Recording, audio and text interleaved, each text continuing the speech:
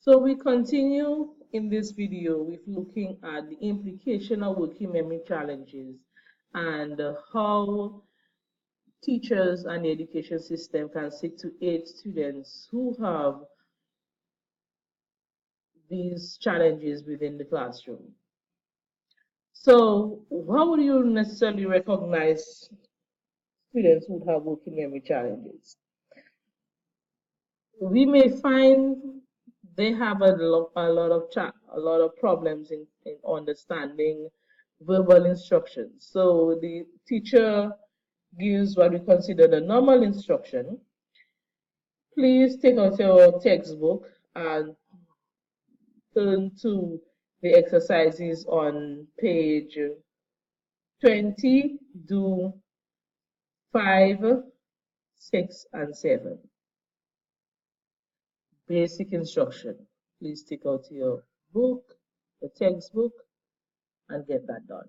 However, student with working memory challenge will get into their bag and can't remember which book they need to take out. Whether it's a math book, whether it's the English book, whether it's the social studies textbook. It seems logical that if we are doing mathematics, that I need to take out my mathematics textbook, but that wasn't stated in the instruction. So that's the first challenge. So when a teacher passes by and they still do not have students are possibly well, completed the first question, that student is still going through their bag and then they found something else in that bag and started playing with it.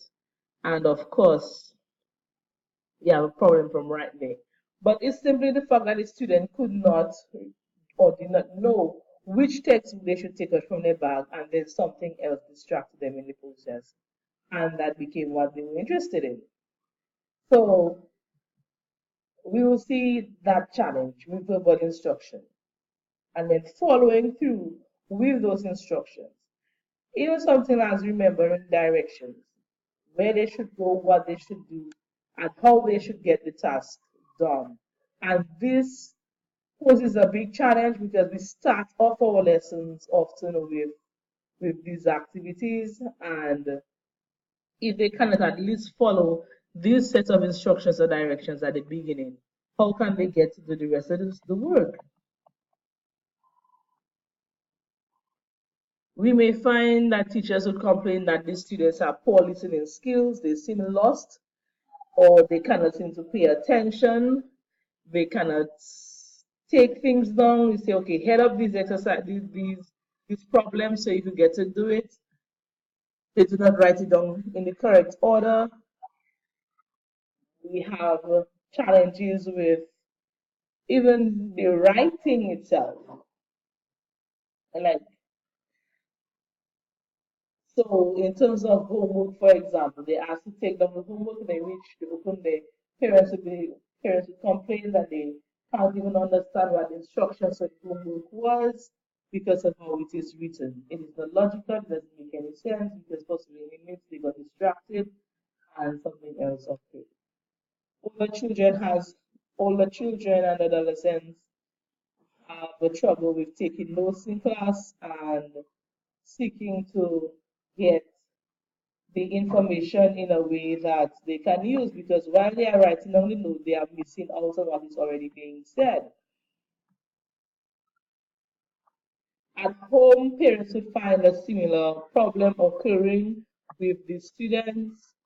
Um, they'll possibly be given a set of instructions. Please, just to get ready in the morning is often a challenge for parents because of the number of steps that they have to go through just to get ready. We may also find that if teachers use certain strategies, we can seek to eliminate a lot of the surface problems that students with working memory encounter. Bear in mind that students may only have a problem with working memory and may not necessarily have a disability, right? Whereas we find some students who have a disability and working memory problems is part of that. So it is very important that we use these strategies for all students, despite their cognitive ability or whether or not they would have disabilities or not. So we can use various memory aids and support. If it is necessary, if that is not what is required for the objective of a lesson, there is no need for them to seek to have to hold that information in memory. So if we can have things actually on the desk, the instructions clearly written, and they have it on the desk, and they have the memory aid on the desk right there, then that can help guide the, the task that they require to do. So if we are doing units on comprehension, we could have a reminder of the various comprehension skills and how they could go about getting the appropriate answer for the comprehension. So as hints that would allow them to remain focused. Well, from our various examples, we recognize that the instructions need to be brief and simple, possibly one at a time. And we would want to review the individual steps required for completing a particular task and ensuring that before we start a task, that they have the various requirements, both cognitively and physically and behaviorally, to complete the task. So we eliminate these problems from the start. So possibly with this example given from before, the teacher will need to wait for the student to ensure that they have the textbook open to the particular page and then give them the numbers that they should work on. And you could help that with having written instructions right there on the desk as well. Having a logical step-by-step approach to lesson structure enables them to grasp the concept better and also enable them to be very effective in their working memory skills. So what we'll have to learn to recognize is the processing demands of the activities that we require students to do. Oftentimes we take it for granted that when we give a task, it is simple enough for them to understand. However, we will need to step back and look at the number of steps required. What do they need to hold in memory? What's the information they need to hold in memory while still working with this information? And if a student has challenges in particular areas, that's not necessarily part of the objective of the lesson, then we can provide the support required. So if we are doing mathematics and we're doing word problem skills, and they're required to get the information from the word problem in order to do the math problem solving, we can simplify the complexity of the sentences, use simpler vocabulary and sentence structure so that they can get the math done. We should not allow students with working memory, we should not allow the challenges with one subject area to influence their performance in another subject area, which often occurs. But we can seek to simplify the processing demands of various activities so they can master the skills in other areas, and that doesn't necessarily keep them back. Ensuring that our behavioral and instructional directions are clear and specific, and also evaluating the skills that the students need on an everyday basis and seek to make some of them automatic and get them to learn certain things that would eliminate the need for their working memory to be used to do that task. Well, of familiar activity many teachers already use with or without the knowledge of working memories, ensuring that students know their timetables. And that is if some schools actually have the whole school reviewing the timetables, the multiplication tables, before they come in after into the classes after lunch, ensuring that certain things are automatic in their learning that is going to help them when they actually seek to perform various tasks.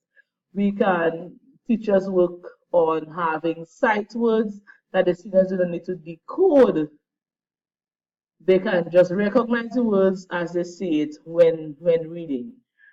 All of these things seeks to, all of these activities seek to eliminate and free eliminate the working memory demands and free up the space so that the students can use that mental activity, that mental energy for focusing on certain specific mental activities. We can seek to also analyze the cognitive load. What are some of the things that distract the students while working on a particular task? Um, and seek to minimize all of these various distractions. Even things like the charts that we make. We want to ensure that when we use it and how we use it is not is used appropriately, that the students do not have to process that information at the same time while we are speaking. We maybe only present it when it is necessary, when we are actually making that use of the concept there. Before that, we do not present it to the students. We also want to make meaningful connections with the work that they're doing and what they already know, so that it helps to, as as we will discuss later down when we talk about Piaget, it helps to expand the schema. It helps to make that connection with their previous knowledge, and that connection makes it much easier for them to process the information. Teachers have a very important role to play in helping students understand the process of learning. Oftentimes we are tasked and we concentrate on what is to be learned, but we haven't given the students the skills necessary for learning.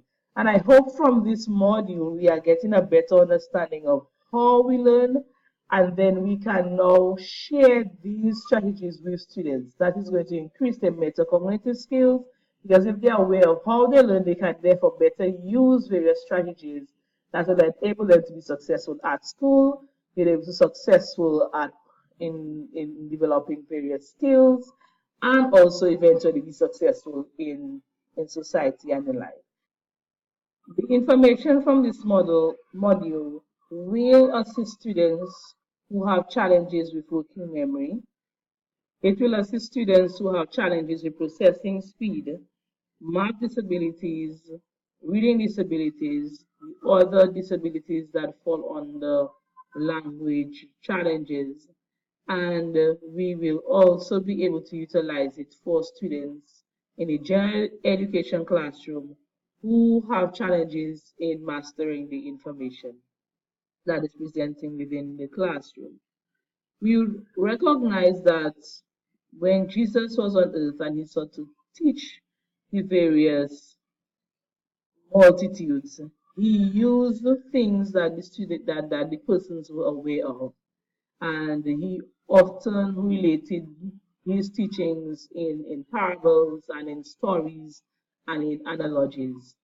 These are very effective methods now that we've had the scientific basis for understanding teaching methodology, and we do recognizing that when we connect with the students, we are really opening up that space within them to be excited about the learning, and they can see its relevance to their own life, starting at a place of familiarity and bringing them from what they know to what they do not know.